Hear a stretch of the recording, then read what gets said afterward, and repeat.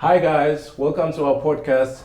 You are capable. Let's remember, guys, to literally subscribe. Remember also to support the foundation that we also have. Let's remember, as a community of achievers, we welcome you onto this podcast. So today we're joined by a very amazing guest. She needs no introduction. Yes. We know her on our screens as Avo Hangwani. Yes. Thank you for helping me. Hangwani. Yes. Yes. She is a stepmother on that role there on Muvango, the SABC2 popular show. But she's also an amazing, away from that a little bit, she's an amazing businesswoman.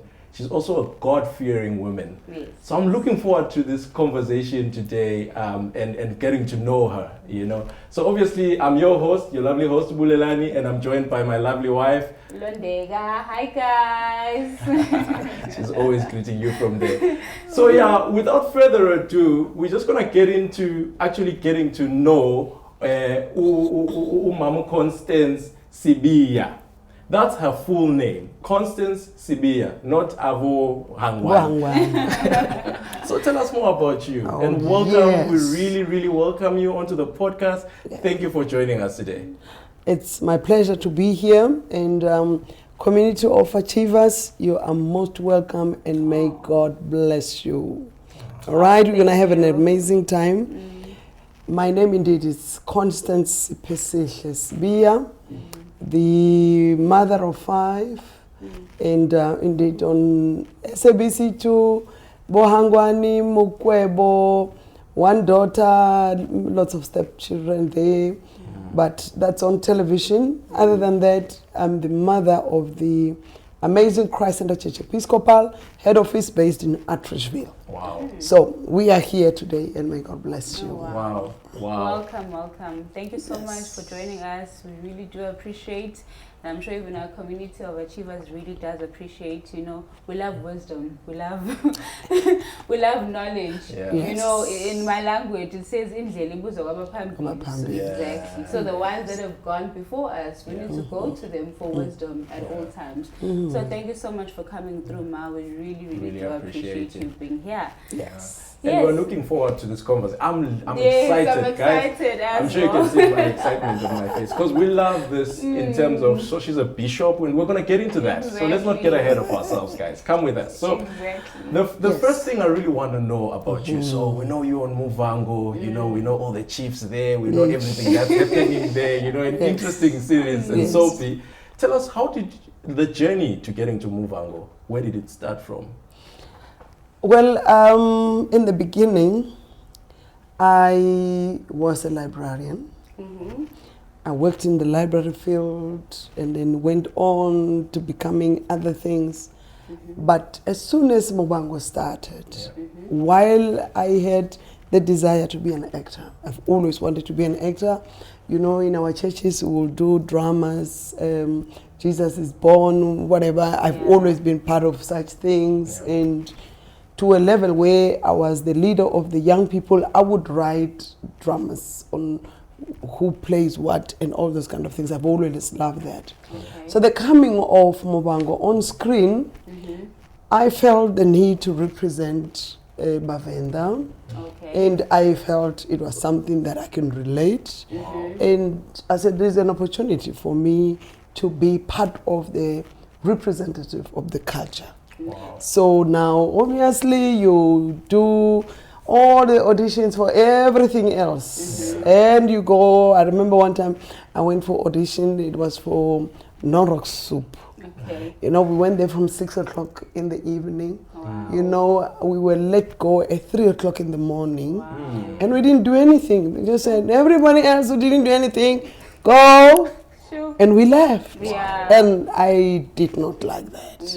Or I cried because I wanted to appear so much. So we went for other auditions, and later there was an audition for Boros's wife, long time ago, and I'm qualified to be Boros's wife. We went to Venda, we tried to shoot, and it didn't work. They cut it off. They say, it's not working, drop it.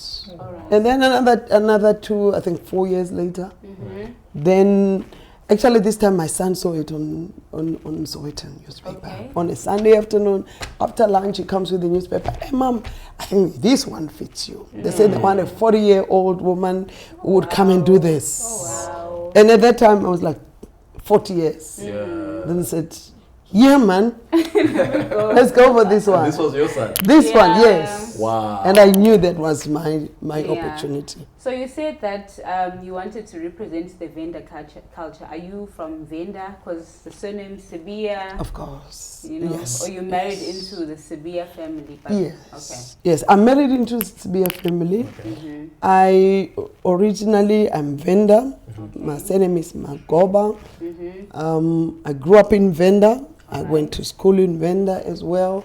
And obviously my parents were in Pretoria for work and many other things. And after that, you would come home June holidays, All right. December holidays, and it was nice. Oh, Yeah. okay. Yes. That's quite I'm interesting. picking up a lot in your story already. Perseverance. You know, that's one of them. You know, guys, even as we're listening at home, the first thing I've already picked up from this lady here sitting next to us, this amazing lady. Yeah. I still call her a lady. She's stunning. She you can is see stunning. she's absolutely You gorgeous. know, so I've just learned something about perseverance from you. So you went for auditions, you know, until it broke. You know. Yeah. And when was that particular? Do you still remember? Can you put a date to it? When was that particular time when it actually broke for the Muvhango stuff? You know, it was really tough, and in between, you feel like, it's not mine. Let me just leave it. Let me go on with my life. Right. I mean, I was working. It's not like I was not working. Life was going on. I had salary, good things were going on. So trying to push passion was like, it's just passion. You know, and you drop it. But I would say where there's passion, that's what you must keep on pushing on. You must push for that. And that's what I did. Wow. Oh, wow, that's quite interesting. You know, a lot of us can just give up at a young age. Some of us feel at the age of 30, you know, I feel like, oh my gosh, I haven't achieved a lot. But the fact that in your 40s, you are still pushing and going for your dreams. So that is quite like inspiring, you know, and continuing to develop yourself as an individual and not saying that, oh, at this particular age, you know, I'm just gonna be complacent and think this is my life, you know, forever. So in terms of that, are there any important life lessons that you would like to share with us and our community of achievers? Community of achievers. Yes. The most important thing is to keep on pushing. Yeah. You love something, you got to go for it, whether it brings you money or not. Okay. You understand? Because now, for me, I was reluctant because I had a salary. But I was not complete. I was not fulfilled. I was not where I wanted to be until I have that. And then I knew I could be this person that you see now, because you have to go through all that.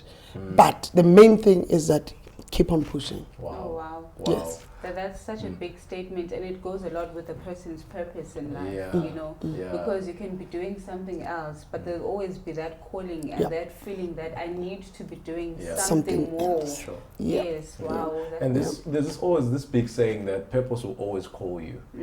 So what you're called to will always draw you. Will Yeah. draw You you. know? And I'm loving that in terms of your story as well. It speaks a lot to what we believe in on this podcast, that you are capable. It doesn't matter, you could be, you know, an engineer, you could be a doctor. I mean, you could be anything in the way of what we've studied for, but it doesn't mean that you have to stick with that. Yeah. You know, if we love on our side, we stray a bit into the Christian side of things, you know. As you know, our motto is on Philippians 4:13, that you can do anything and everything through Christ, who strengthens us. So if you've been called according to your goals and your purpose, let us use that. Let us use the God-given talents that we've been given. So you are one of those people that I'm looking at. I'm just wowed, you know, listening. Every time I sit next to people, I listen to what they have to say to us. And it's just so amazing to hear your story. We watch you on TV, but that's something else. So maybe leading into kind of like the next thing, right? Part of your role in Muvhango as well, right? You are a mother or stepmom, right? How do you see, I mean, it's a character, but what kind of lessons can we learn as people from that character? You see, as a Christian, first of all, Yeah. whatever character you're going to portray, it must be a character that will teach other people something out of it.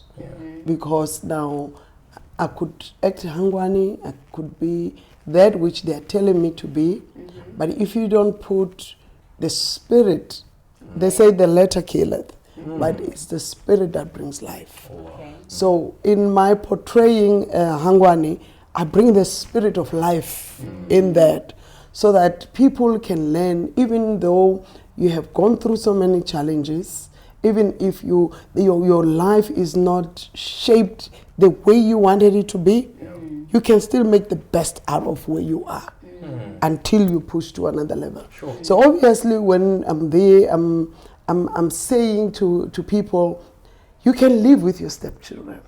You can let's have an opportunity of knowing an individual, not because they step in for a purpose. And you need to find your purpose for having those children that have stepped in your life. Because at the end of the day, you are accountable to God for every life that comes through your life, or that they walk through you. Even if they are not coming to you, they are walking through you.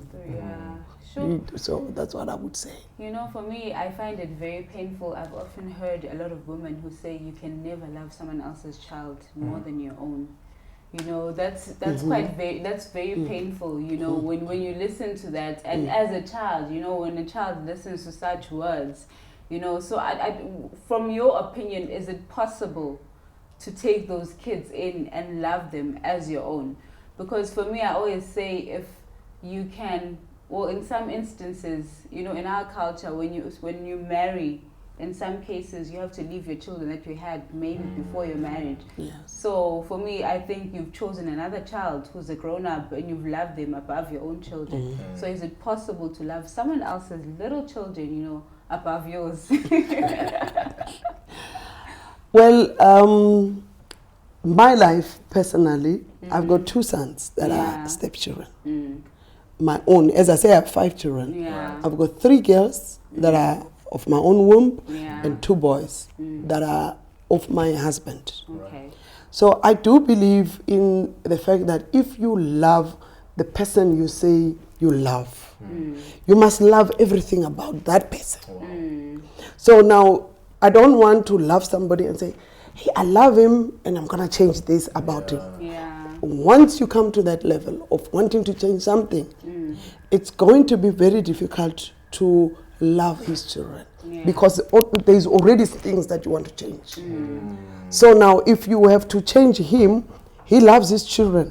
And you come in, you want to step in where he loves his children. You're already bringing in conflict before it even starts. So now because you love him, I know. Obviously, there are those who then they don't say they have children. So it becomes difficult. You see him or you see her, he's got these children, and these children represent that person. And now if you want to choose out of this person, the mother without the children, that's where most of marriages become strained. That's where all the children feel like, he's not my father. Even if you had... because there are some people who fall in love with another person while they're still pregnant because the guy left. And when the child is born into this guy, Daba, you are Papa. But he does not feel the connection, or he doesn't feel the connection. How is this one Papa? Because of the guy is choosing to love certain aspect about me. You know, if you love me with who I am, with what I am, with all, without having to put everything away, you know. No matter but when you get married, there's nice makeup and all these nice things, everything you have to do. And you cultivate yourself. At the end of the day, in the evening, the real you comes in. So if you love that real person in that night, that is the person. Not the one you were getting married to on the wedding day. Because when you get married, you wear a wedding gown. It's for that day and that day only.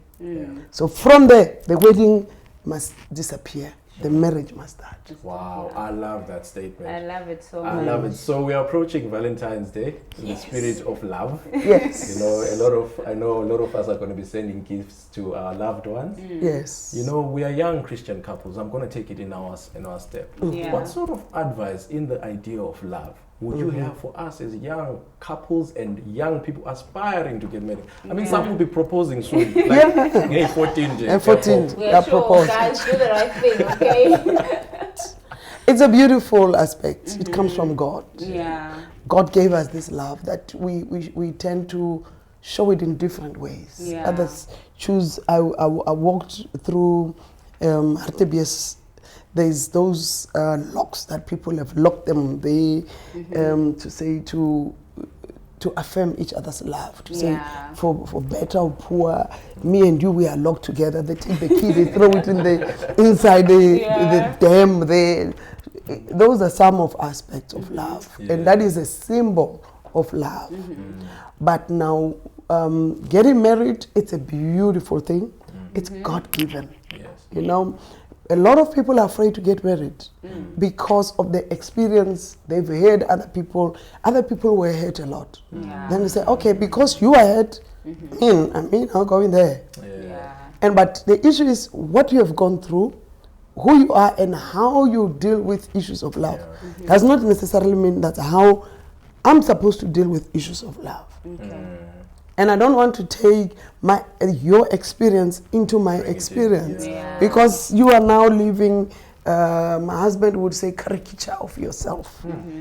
Because then it's not you. Yeah. So because love is on the 14th of February, young people, Christians, it is good to fall in love, get married, and live in marriage. So the biggest challenge with us young people is that I want to get to know you. Yeah. Let's move in together. Sure. Yeah. Sure. Let's do this together. Before you do the real thing, love the person, commit to that person, marry them, and then do this thing life in marriage together. Wow. Because you can't live in marriage outside of marriage. Yeah. And that's what people are now doing to say, I'm getting to know you. You will never get to know me. When I turn 40, I'm different from when I'm 39. Wow. That's true. Wow. So you you keep changing. You keep changing. That's true. So good. let's change together Yeah. in marriage. Wow. Let's discover each other as we grow.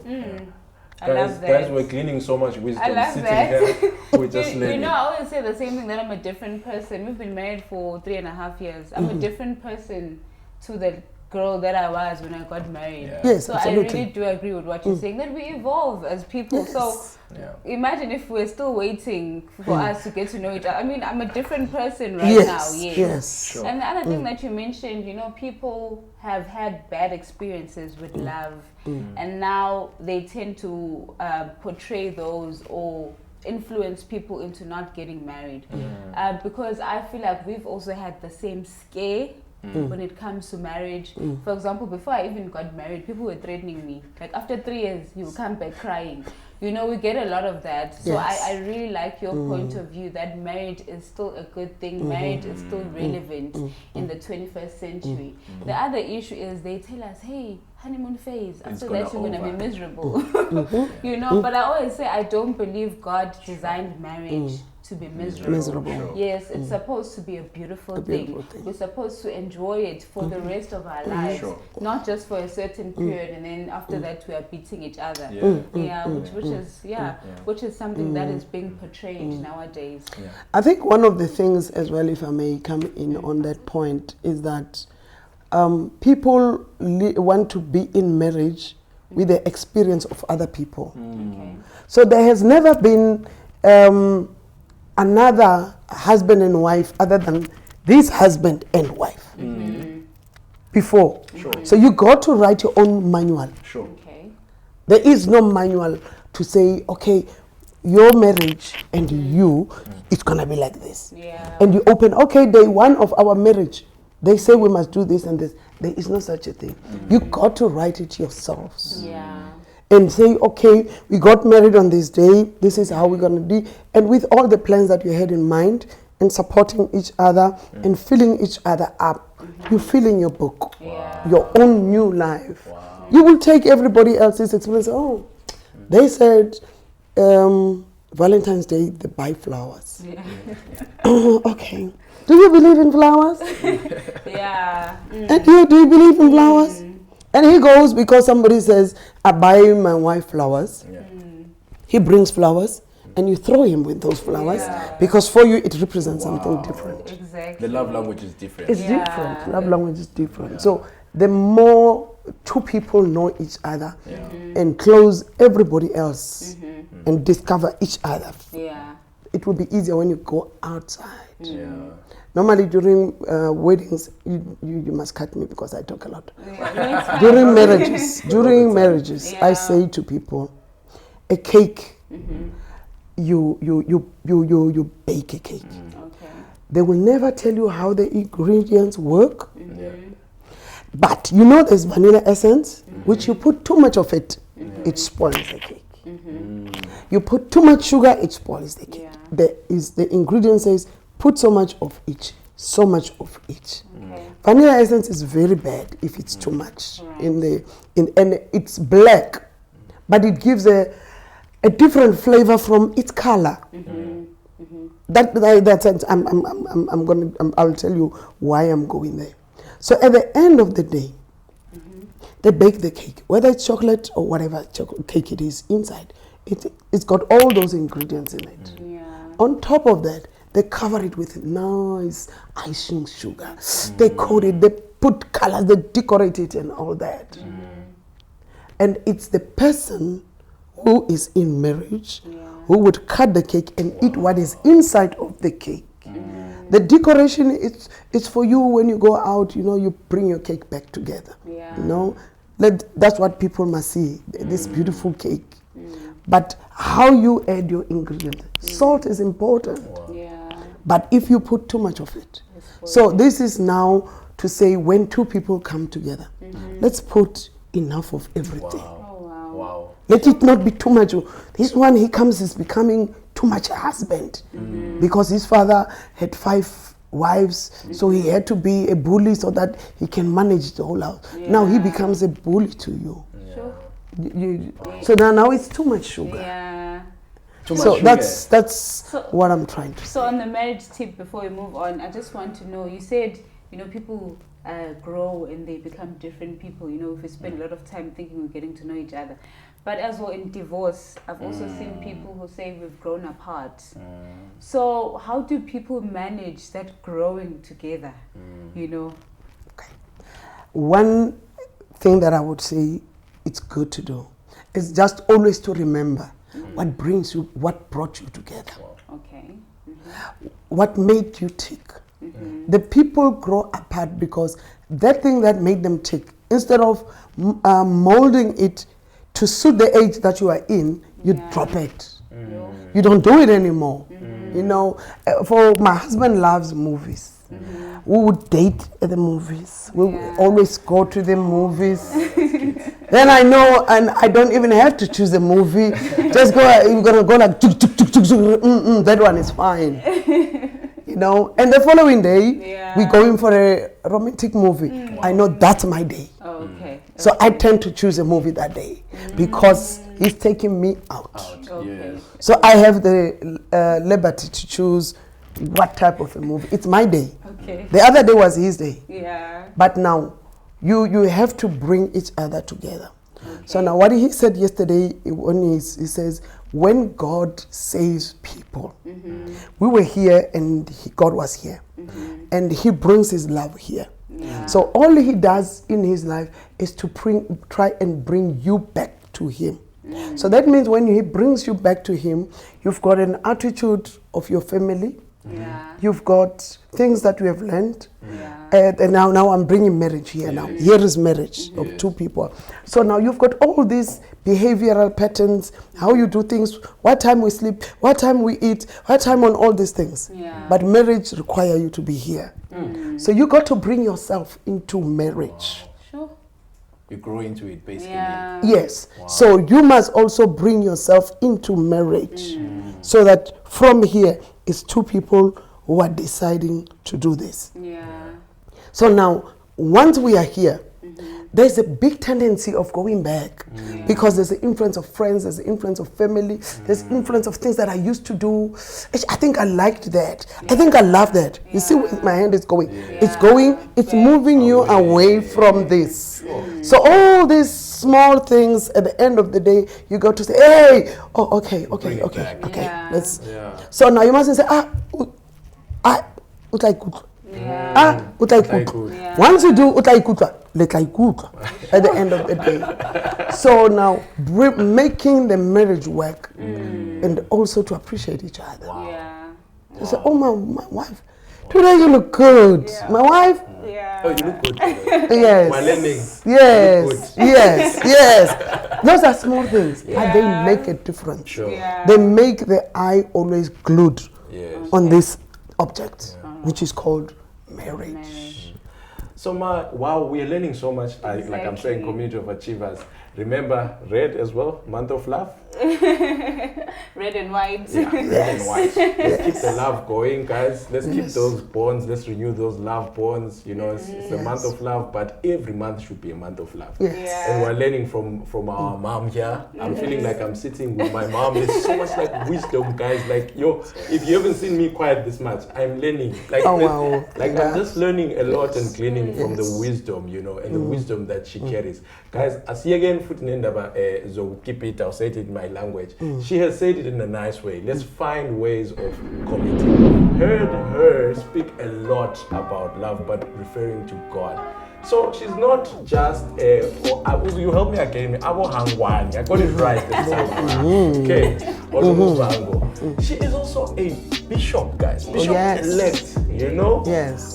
So talk to us, Ma, about that switch. I mean, from the role on Muvango, and now you're a bishop. Talk to us about... A bishop is an actress. You know? You don't get this that every day. Of course. It is, I have loved God from the age of 40. So I would say God picked me before a lot of things. And obviously, I'm not saying being a Christian, you don't fall, but you must always find your way back to the Lord. So now,